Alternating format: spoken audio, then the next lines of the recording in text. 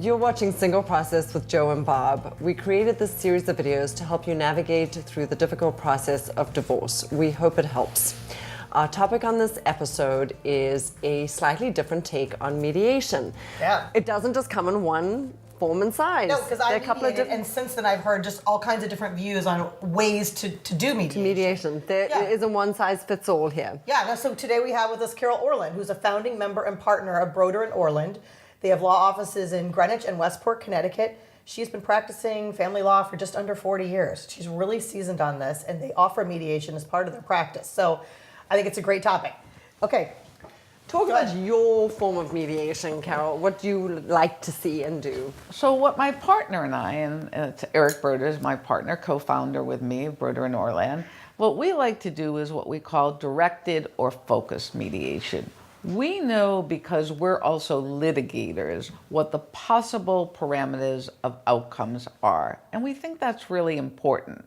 We have colleagues... Are you talking about alimony, asset division? What are you talking everything. about? Everything. Everything that can possibly happen in the case that needs to be resolved to get divorced, whether it's alimony, child support, parenting time, schedules, assets, liabilities. There really is narrow band of possible parameters in most cases. What's that based on? If you look at cases historically, you can almost narrow it down to these are the results? It's based on case law, and it's based on our experience in our case. Okay. There are a lot of our colleagues are mediators, and they do a fine job, and their style of mediation is probably very different than ours. Typically, they're not also litigators, and that's not to say they're not informed, but we feel, Eric and I anyway, feel that we're in court, we're litigators, we love to settle cases because we think a settled case is the best case, but sometimes you can't do that. So we're in court frequently throughout the state of Connecticut, litigating cases, sitting in the back of the courtroom watching other cases while we're waiting for our cases, reading the opinions, and we have a really good idea of how a case is going to come out if you go to court. And so that's always the backdrop. Like, you're sitting there and mediating, and in our opinion, we want to get you to what's called the red zone. If any of you are football fans, it's like the 20-yard line to the goal. Right. And we want to start there. We don't want to start all over the playing field, because we think that that sort of wastes a lot of time and energy and money. That's brilliant. If you've been told you're within this 10%, then you know where your starting point is to negotiate. But also tells you what's not worth arguing about. It just streamlines everything, right? Correct. It's like, use the example in a parenting plan. So parents will come in and say, I want 50-50 time. And then we talk about, well, to the woman, where do you work? I work on Wall Street. Well, what are your hours? Well, I'm on the train at 6 in the morning. I'm getting back 11 at night. I'm doing that 5 days a week, sometimes 6 days a week. And we're like, how are you going to do 50-50 during the week? That doesn't work. And don't be ashamed of it. You know, people just think they need to have that. But we sort of give them license to realize that maybe that's not the best way to do it. Okay. So we'll start them off at the parameters of what's likely to happen. What's likely to happen is you're going to get more weekend time. You're going to get maybe more vacation time. We're going to have some flexibility. And let's start talking about that right off the bat, rather than this notion that we're down on the other person's 20-yard line. Right? I gotcha. So they would come in and you would set some of the parameters and then negotiate from that point forward. That's the style. That's what we think works. That's what we think is fairest. What happens when it doesn't work, Carole? Do you see that often, and is that a bad thing?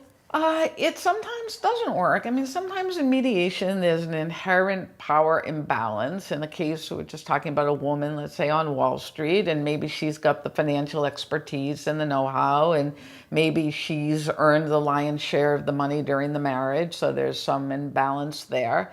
And, you know, maybe let's say the husband is somewhat intimidated by the process or by her because of it. And we have the flip side. You know, we have men who are in private equity and, you know, venture capital who have, you know, earned a lot of money, very successful at what they do. And maybe we have a woman who hasn't worked outside the home, who has spent her time during the marriage bringing up the children. And so they go to mediation, and husband's talking about all these fancy forms of alternative assets and what should be done. And carried over. Yeah. Is over, right? Like, what's carried interest, she said. I didn't know what carried interest is. I don't even know how to spell interest. Right. So, it can get somewhat intimidating. And you really, if you're going to mediation, the important thing is both parties really have to be invested in it. They have to want to be divorced. They want to not drag things out. They want to be honest with each other. They want to be respectful. They can disagree. They will disagree. They should disagree. But they want to be invested to the point of getting it done. And sometimes that doesn't work. So when you sit down at the table, do you like to do it all in one stretch? Do you have multiple sessions?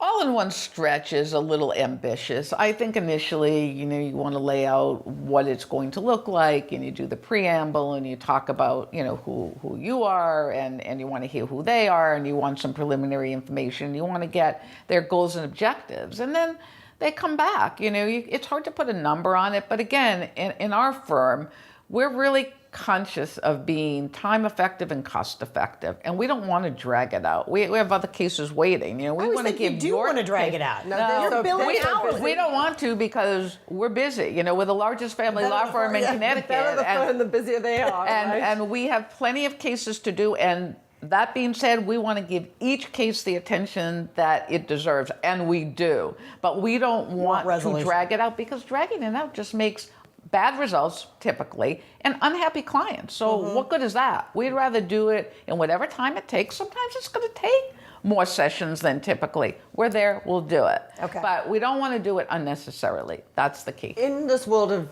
slightly different mediation, this directed mediation, would you still recommend review counsel, which is that each party has a lawyer? Absolutely. Yeah. Absolutely. And review counsel can be a tricky concept, because now you're sending each of the parties out. We've been in this cocoon of agreeing, and everybody feels pretty good about what they've done, right? And we have a term sheet, and they go out to counsel, and depending on the counsel, it can sometimes fall apart. When I'm review counsel, I like to look for what's called oh my gods, and that is, it's a minefield. If I think there's a minefield there, I'm going to certainly point it out to my client and say, we need to do something about this. But I'm not looking to redraft the agreement. That's not fair, because that agreement is a process of negotiation that I haven't been privy to. It's been a process of give and take. And I don't want to step in the middle of that and blow it up. They didn't need to go to mediation, to go to review counsel to have it blown up. So the important thing is to really get to two good review counsel who can work well with each other, who can negotiate with each other if it's necessary, who can communicate with each other, and know that the goal is to get this done. To get it done. And get it done for the client. Because everyone just wants to be done, right? Totally. Yeah. This is a great take on mediation. It's great. It is. It's still a very positive process, but again, it's about expectations and communication. Again. Well, it is, and it's about setting parameters, reasonable goals, and knowing outcomes, and having somebody or mediators who really know the value of the case and have experienced it every day, and can bring that experience to bear on the mediation process. Great. Terrific. Great Carole, stuff. thank you so much for joining us. Oh, you're so today on welcome. this. Yeah, you're the best. Thank you. All right, Thank you. you're For welcome. information on this topic and more, please visit our website, singleprocess.me.